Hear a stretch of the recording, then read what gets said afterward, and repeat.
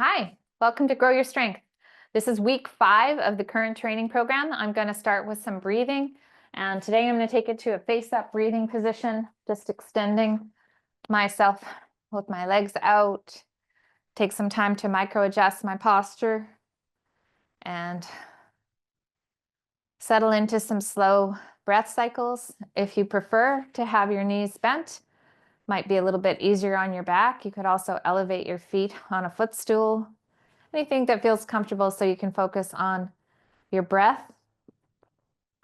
Learning how to access a deep diaphragmatic breath, so not just the belly, the sides, the back, the hips, pelvis, and private. So as you breathe in, you create intra-abdominal expansion with the pressure created as your diaphragm moves down and expands. And as you breathe out, everything just recoils. Inhale, expansion. Exhale, recoiling.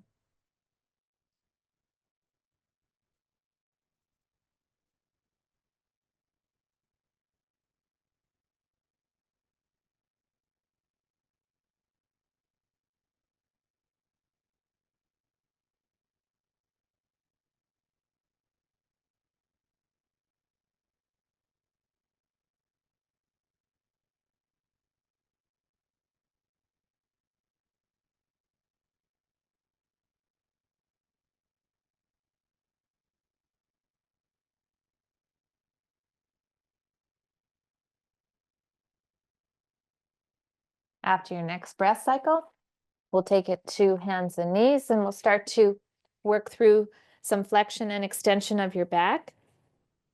I like to spread my fingers and just make sure I'm not taking the weight right on the base of my wrist. I sort of weight shift into my fingers a little bit and then start to slowly round the back up. This is flexion of your back. And then slowly dropping the front side down, rolling through your low back, your mid back, between your shoulder blades, dropping the chest and pulling the shoulder blades together and gently looking up.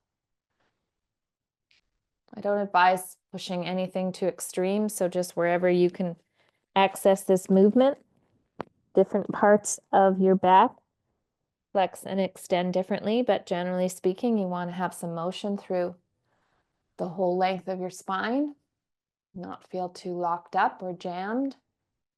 Just take some time to gift your back a few more cycles.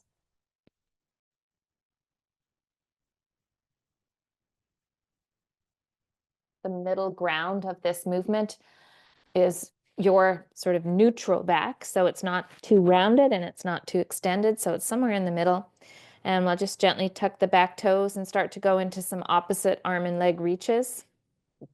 Depending on your strength and core stability, you might be able to fully extend the heel back, straightening the knee. You might be able to get the hand palm rotated in and hand about the level of your shoulder, or sometimes even higher, without changing the arch of your back. So as you go through a few more of these side to side, don't worry if you can only go here and stabilize and then slowly come in. This is the kind of thing that will build up over time. The further you go away from your center, the harder it is to control not changing the posture of your back and even your shoulders and neck. So just be mindful of that connection. The head's not dropping. You're still able to breathe, not holding your breath. You can vary it up by going wider and then try to bring it back with control. And even harder would be to find a position and hold it for a breath cycle.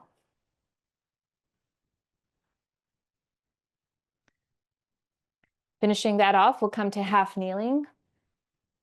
And in the half kneeling position, I'm on one knee. If your knee needs support, you put a blanket or a pad underneath. You can tuck the back toe. This is a little bit harder on the knee, but does provide a bit more stretch through the quad and through the front of the hip.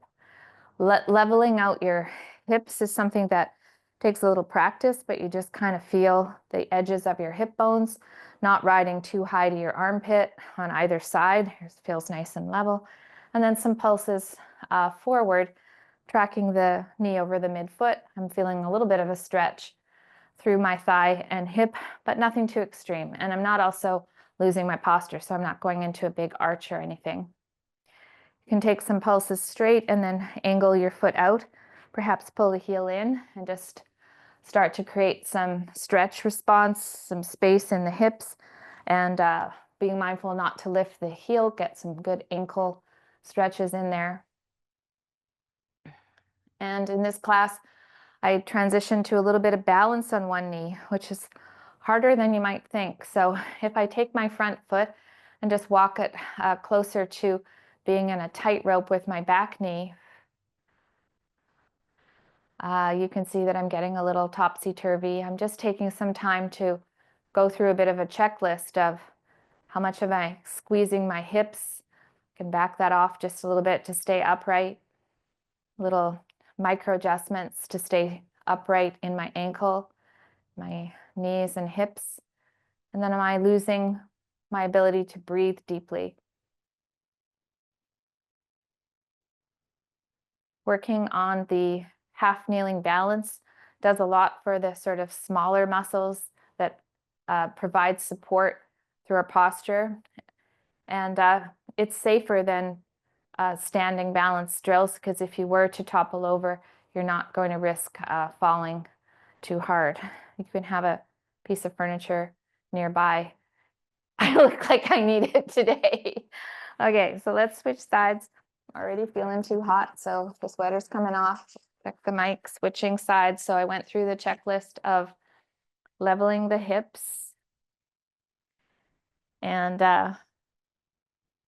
just making sure that I try to match what I did on the other side. So I had my back toe lightly tucked.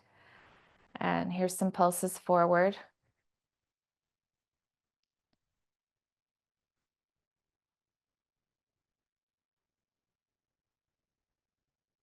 And on an angle, pull the heel in a little bit.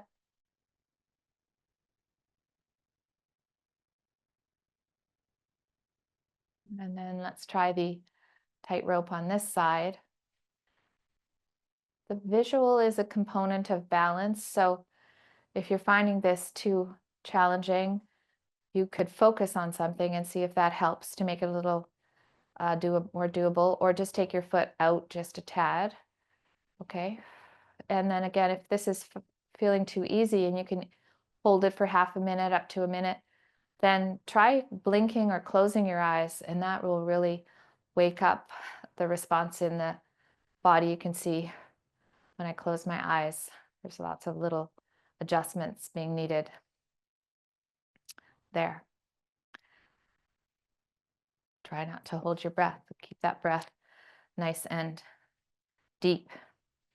Okay, into frog rocks. So the frog position, I take my knees wider than my hips. You can have the back toes tucked.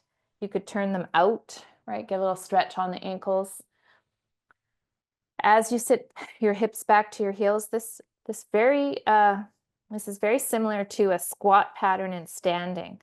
So here, sitting back, hips to heels, and if I was just to show you that, take myself up into the squat position, it's very similar. Now in the squat position, we want to make sure that we can pull ourselves down to a depth we can control our posture, so we're not arching or flexing the back too much. And in the frog position, it's a great opportunity for you to practice. Taking the knees a little wider would be like taking your feet a little wider in standing, and some people have a more narrow stance squat. They can get back hips with their feet narrow. They can get their hips down and their back stays neutral. And others need to have a little bit more width, and sometimes turning the feet out just a tiny bit creates some opening in your hips. So this is a great thing to practice, because ultimately we want to be able to squat well deep without pain, and then eventually with load. Maybe not eventually, like today with load. So you want to find the distance, and this just takes practice. I've been squatting for a while. I mean, everybody squats to do activities of daily living, but squatting with the purpose of improving your strength, improving your bone density, maintaining and improving muscle mass. This is a different purpose, a different goal. So I'm transitioning to some knee bends. I have a strap around the foot. This one has nice loops. You could use a stretchy band or no band at all. Take some time to pull the knee in to the shoulder and then extend up to where you can get the back of the leg straight, the tissues at length without hyperextending or locking your knee. So it's just a soft lock. Some people can't adjust their back to the point where it doesn't feel good unless you have this non-working leg bent. And tuck my shoulders down, draw my chin down, and just work with good posture and deep breathing as I go through about 3 to 5 of these moves. Holding the leg straight, I start to focus on just the ankle work, slowly moving the ankle, pointing the toes to the roof, then pulling the toes to the shin, trying to spread them. Have a little check as to whether, basically the sole of your foot is level with the roof, or are you tight and twisted in your ankle? Start to work the rolls, sole of the foot in and out, and then start to change the angle of those rolls. Now my toes are pointed to the roof, and I'm trying to work that. I get a nice stretch through the front side of my ankle. And note about some circles. Going slow enough that you can really just mobilize whatever range you have and keeping the leg as still as possible. Okay, that is often one of my favorite parts of a class, so I go to the other side. It's like, so far this fitness class hasn't been too challenging. It's breathing and ankle rolls, but these are the foundations of setting yourself up for success. Lots of stuff as we mature with the feet for balance, maintaining good, strong walking, gait, speed, decrease the risk of falling. Oh, so many things that we need to pay attention to for our health. Here I go on this side with spreading the toes and finding my end range of my ankle mobility. Some rolls in and out. Different angles. And some circles.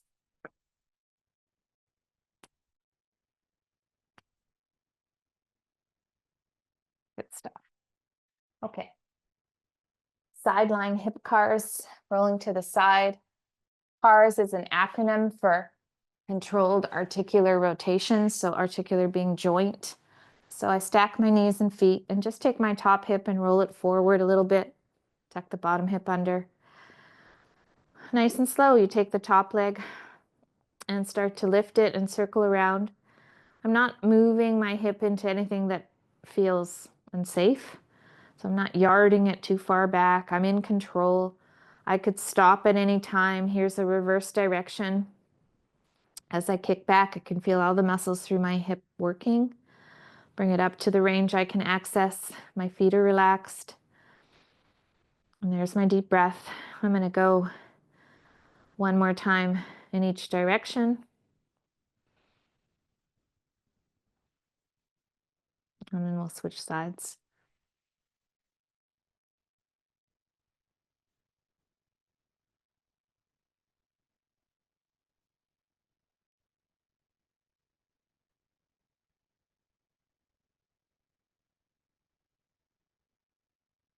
Okay.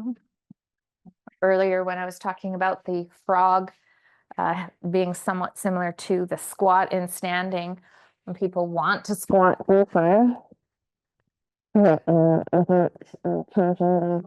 position of their back, so it's not just right there, so around a deeper spine is good hip range of motion, hip mobility, and then something like this is a really great way to improve, maintain your hip mobility. And so it has carryover effects to other things that we do. One being the sport, but a lot of other movements that we do, hip hinges, kettlebell swings, sit-ups, which is a more like so much of what we do requires good hip mobility.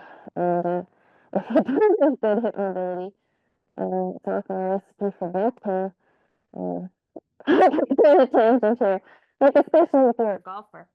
But that's another whole story. But onto the back for a double bridge or a combination of doubles and singles. So setting myself up for the double bridge, my feet are connected. I've teetered my back so I don't have a big arch in my back, just kind of feel out, little lower lumbar curve. Yep, a little activation there, chin tuck. As I come up to extend my hips, I want to feel like I'm pushing my knees to my toes so I get a nice stretch through my quads and thighs, and my hip flexors come down. Okay, as you go through successive and successful repetitions, you can think about coming up, holding for a moment, tightening up the hips. This sort of level is important, right? Armpit, joint, hip, knee joint. If I only go here, that wouldn't be considered full hip extension. And if I was to go higher than this, then that would be putting a lot of stress into my back. So this is a hard style bridge where you come up, kind of just lifting up, working the hip muscles and down. There are other types of bridges I mentioned in other videos where you roll through your spine. This is more of a hard style. Let's strengthen all the muscles in the hip and go from there. Now the single leg, I take one foot off. I like to grab onto the back of my thigh and come up. Well, something I see a lot, and it's just, I think, the brain trying to make this easier, is that when you come into the single leg position, you move this base foot closer to center. So it kind of makes it easier because your center point for lifting. But if you have your double bridge and lift your foot, you want to be able to build the strength to lift the hips evenly up and down as you go through your bridges. Okay, so keep that in mind. When you switch, you can go back to double, take one foot off. This takes some practice. A little smidgen is sometimes okay, but the thing is, it really does sort of throw off the alignment of your leg. If you think about it, it would be angled in. And so let's try and train ourselves with the harder version and less reps would be my advice there. Okay, bear holds or plank. Now, this class I'm doing mostly with versions on the floor, but of course, if you're in standing, you could take it over to a wall and do a wall plank. A bear hold, tuck the back toes, anchor in the shoulders, find the back posture, and then I float the knees off. And then I'm returning to some deep breath cycles. If this is getting too easy for you, you could start to do some small circles, just shifting through your fingers, loading through the hands and shoulders slightly differently, making sure that you don't go to an edge where you feel you have to hold your breath. Floating the knees back onto the floor after about 3 to 5 breath cycles. You could reset and do that again, or step back into a high arm plank, activating the hip muscles a little bit in this plank position. Okay, I've got the breath going. You could try the slow weight shifts in this position, being mindful that you're not locking out your elbows. There's just a little softness in your elbows. Be kind to those elbow joints. Okay, seated row is next. Taking a stretchy band, extending the legs out about middle of the band. Get nice and tall in a sitting position, and just check the tension feels right. So you're squeezing your shoulder blades together and finishing your elbows at your sides, not too far back. Okay, so don't come into a shrug or like really internally rotate your shoulders. You just kind of want to be upright. I like changing the width, so that works to recruit sort of different muscles through the back posture, shoulder blade area, but don't shrug. And you can do some single arms. You can see why this is a different video every week, because I just follow the program, and then I forgot that it was the cycle of the double and the single. If you caught that and you're following along with these videos, you're thinking like a trainer. Be proud. Anyway, mixing it up, there's a right arm, a left arm, and double. I'll do one more round. There we go. Okay, now McGill holds.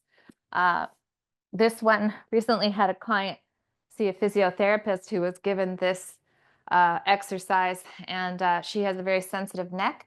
And so the physio was really happy to hear that she was already doing it with the head on the floor, chin tuck, okay, and finding this connection. So I'm just teetering down, a little bit of pressure, mid back. I feel the muscles activate here. I could just lift my legs straight and breathe into this connection. Your arms could be on the floor or off. Tongue could be gently placed on the roof of your mouth. That would help to relax the deep muscles of the neck. Maybe you can lift the head off without over activating the neck and breathe through here. Coming out of these moves carefully. So release the head and the foot, and then change the top knee, reset the back, chin tuck. Maybe you don't need head support at all and you come up. Head feels pretty good. Maybe not holding it for quite as long, or after a breath cycle, putting my hands back on for support.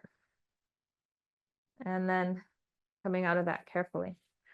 Okay, so I'm going to go through this set one more time and we'll come to standing. I'll go a little bit quicker though.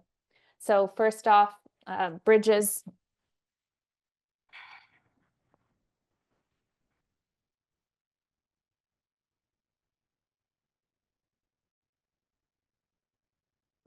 Rep ranges are always approximate. Listen to your body. 5 feels good. Coming into that single leg. Just hand over my rib cage, making sure I'm not coming up and arching into my back. Little pause at the top. Really feel like I'm working my hip, switch sides.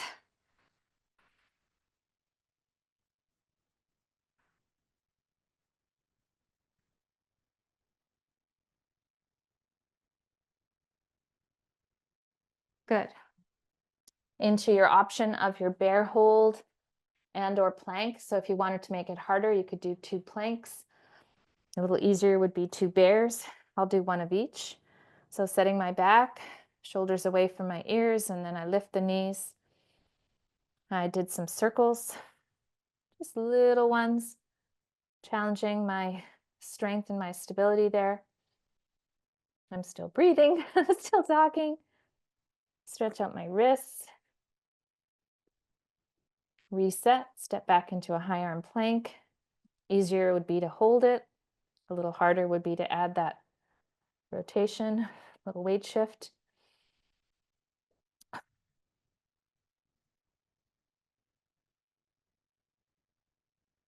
Feels good.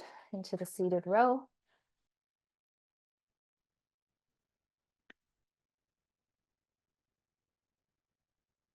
Nice and tall.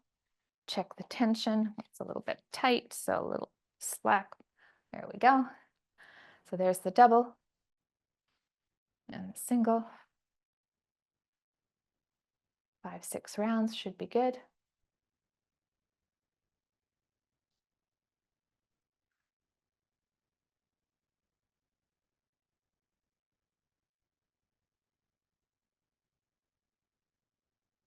That reminder to stay out of the neck. Make sure everything feels strong. Not too much tension. You're not putting any torque through your wrists or your elbows. Just feels like a little bit too much. Last one for me. And into the McGills again. Very safe exercise to strengthen the front side of your core, the anterior core. Lots of variation. So here you just saw me tuck under a little bit. And gently just touching the back of my head gives my head enough support. I'm trying not to tense my neck muscles. I've lifted my foot and my head off the floor just a little bit.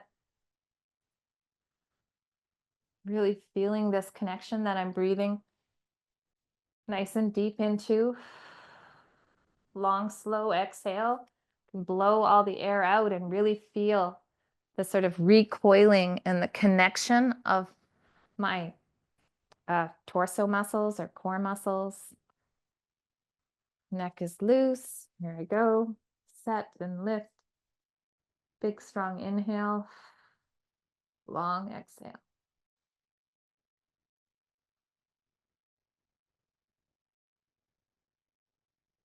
You start to feel that tension somewhere. It could be in your neck, it could be in your back. Then just come out of it carefully and move on. Okay, you don't want to just take one for the team and mess up your neck in an effort of trying to get your core stronger. Build safely, and you'll get better results. Okay, so squats. We'll do band loaded or both. Boy, lots of variation here today. Okay, so let's do body weight first. So taking the feet to that width that you feel you can sit into your squat and come back up. So here's the frog, right, that I showed on the floor. My feet are fairly straight. If I take my feet and just angle my toes out a little bit, maybe get that sensation that I'm pushing my feet out, my knees are going wide, I can sit down with a little bit more space that I've created in my hips. And everybody's different, right? So you could have more narrow pelvis, the way that your femurs sit to your hip structure. It can take some time and some practice to get a squat that's to knee hip level being about here or lower without changing the back or putting any undue load on your back. So if you're going to add some load, we'll take some load and go for about 8 squats. I look like I've lost something. It's because I did have my band in the program, and I'll do that for the second set. So just never know what you're going to get. Squats, weights to the shoulder. I found a position that I feel like I can work this weight with, and I'm going to pull myself down on my inhale. Nice big open toes. Inhale, exhale, inhale, exhale.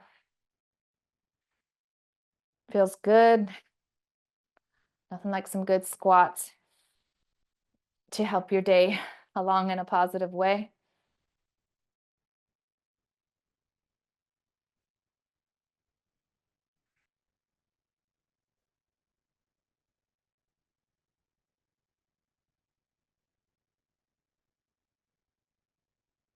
Nice job. Okay, second exercise is our balance reaches, and then an option to do them loaded.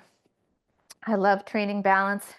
Just a little bit of balance practice every day, extending the back leg out and the arms forward. If this doesn't feel safe to you, move to a piece of furniture fairly close at first so that you can reach and come back up. All right. You don't have to go into that full extension. Try to keep your shoulders and hips square. And with practice, you can come further back. The harder the surface, the easier this is going to be. So I've got my squishy mat on the more firm black mats that I have here. So I can feel my foot moving quite a bit more reaction to the ground surface.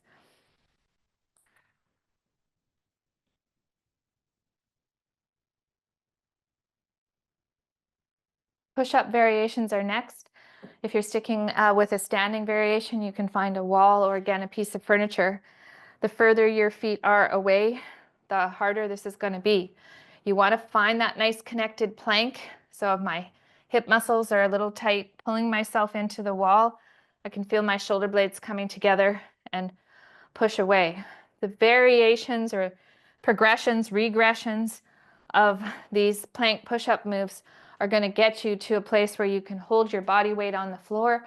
55% body weight. We have the plank in our first section, and here's a nice slow lower, not asking my body to push up, just lower to the floor, putting a big cushion underneath your front side, something that I do.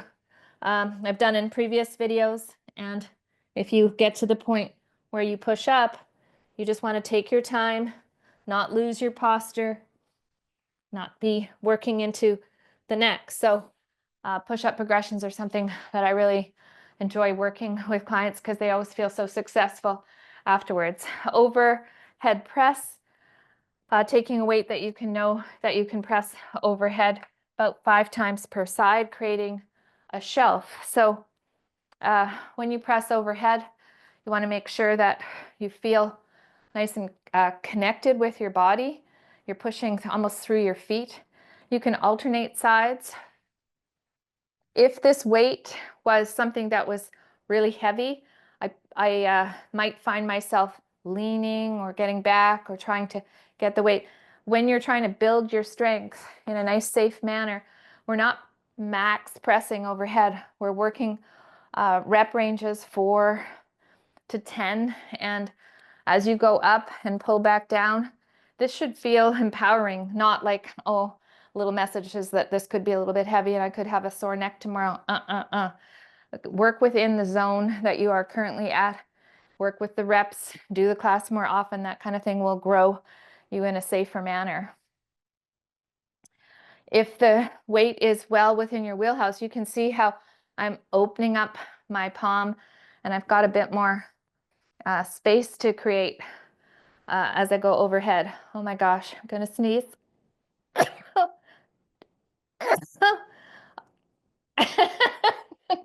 It's just one of those days, folks. Anyway, I'm here alone. It's all right. Okay, so that's the overhead press. Now I'm going to go to a second set of squats with the band. And with these videos, I generally go through 1, sometimes 2 sets of things. But feel like you can pause the video, rewind it, and go back and go, okay, I'm going to do that set again if you want to get more volume of work in, if you're feeling that today. So with the band, you can find that foot width as you pull yourself into the squat. The knees are gently pressing out, and that builds creates space and also just forces my hips to work a little bit more. As I push my knees out, I'm feeling a little bit more through my hips. Having a band might help your squat, might actually give you that feedback to sit into your hips a little bit more. Don't be shy of trying different foot widths and angles. Not too much though. Sometimes I see people like going super wide. I think like 0 to 15 degrees should be enough. But practice with your own body and see how deep you get and how that feels with your back. So I'm going to do the weights and the band. I'm just pulling myself down. Push the knees wide into the band. My back feels great. I'm going up to 8 reps.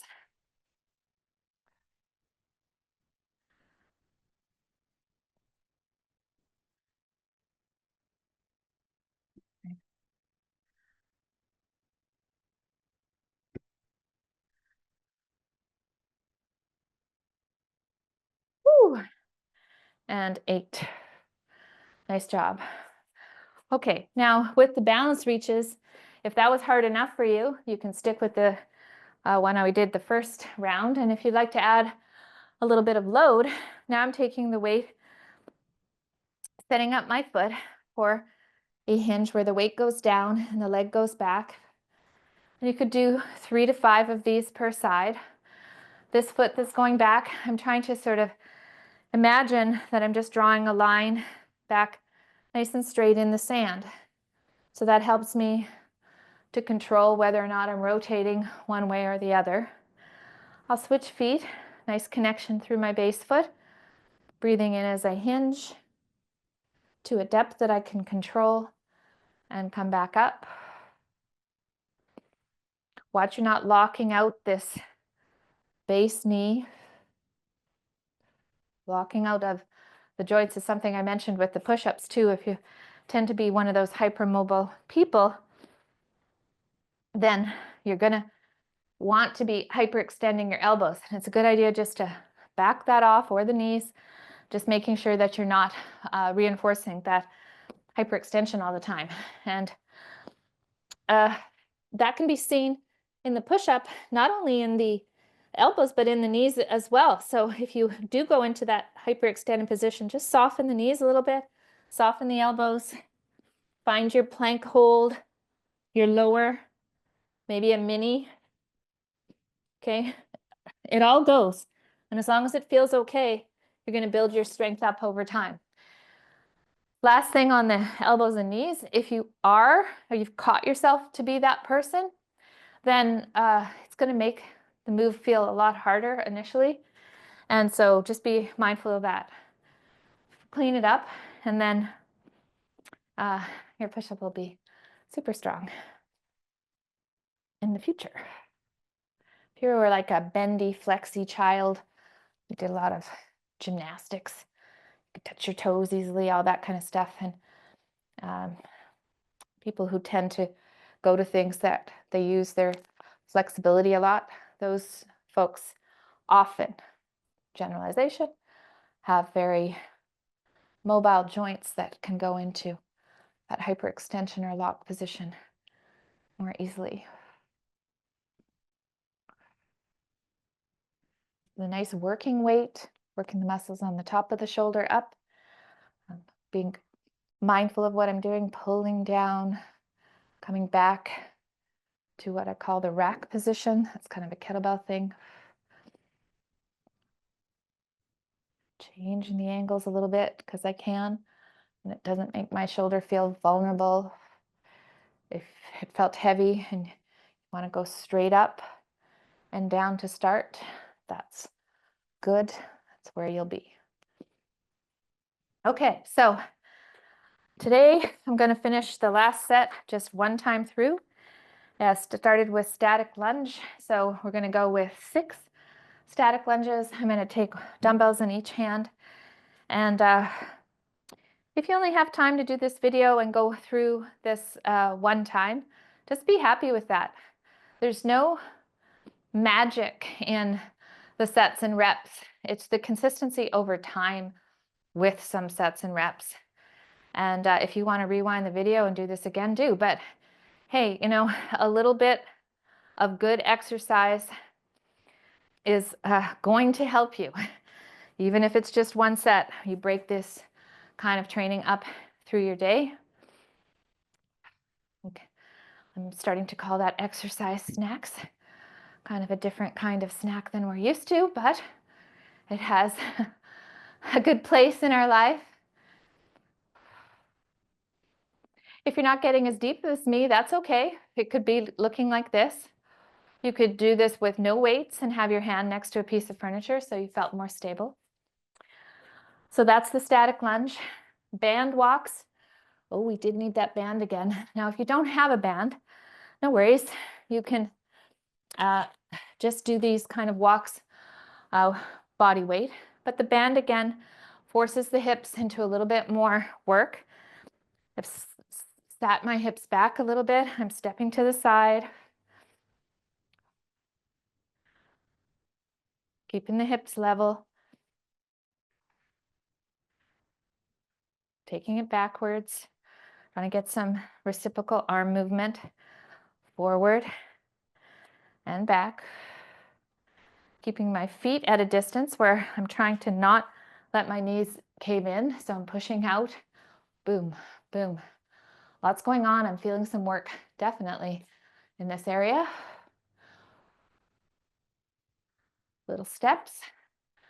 No band. You're just imagining that you're pushing your knees wide. Okay, excellent.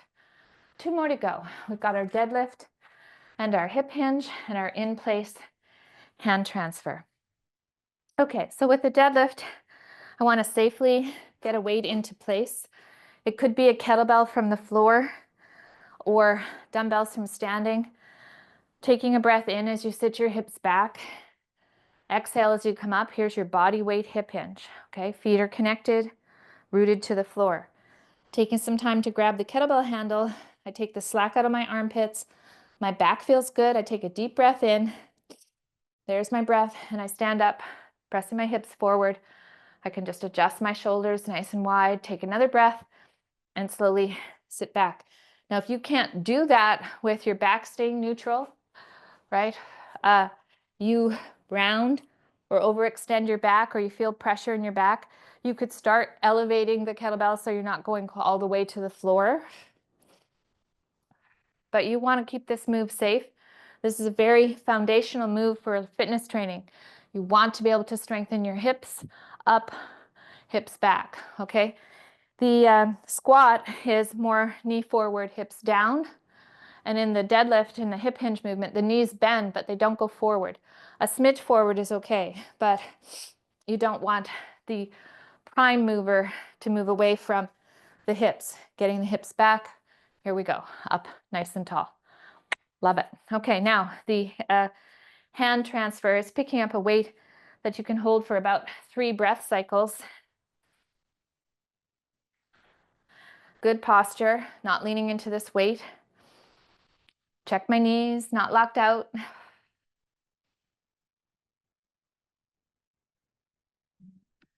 Working a lot through this side of my body.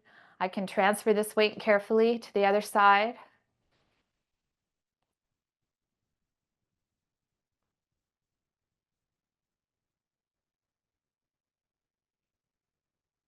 I'm going to go one more time per side. Challenge myself. Try not to breathe into the neck and shoulders. Get that breath nice and deep.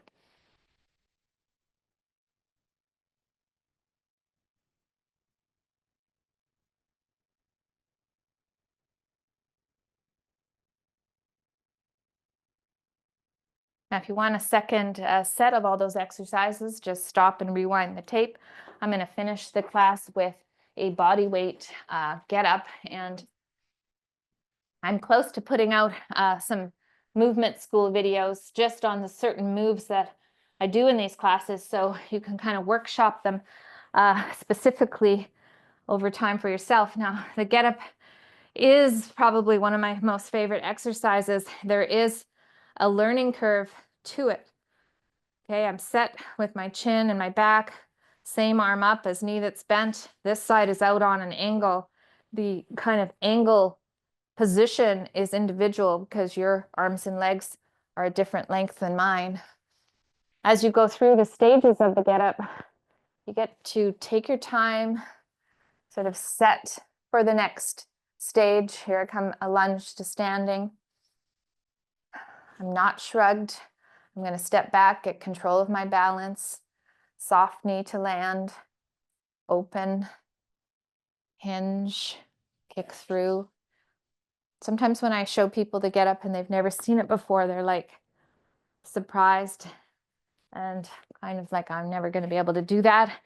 And then they surprise me by actually learning it and living the benefits of a movement practice like this that gets you up and down from the floor, loads your shoulders. This is just body weight, right? A little hip mobility there. Here's my lunge. Overhead action, shoulder mobility, little balance control. Here we go again as we return to the floor. So it can easily become one of your favorite exercises too. And you never want to lose the ability to get up and down from the floor. And if you happen to be watching this and you're one of those people who can't, let's restore that. It's really, really empowering to get the ability back to get up and down from the floor safely. I'm all about that as we go through the decades ahead. Thank you so much for joining me today. Have a wonderful day. We'll see you next week.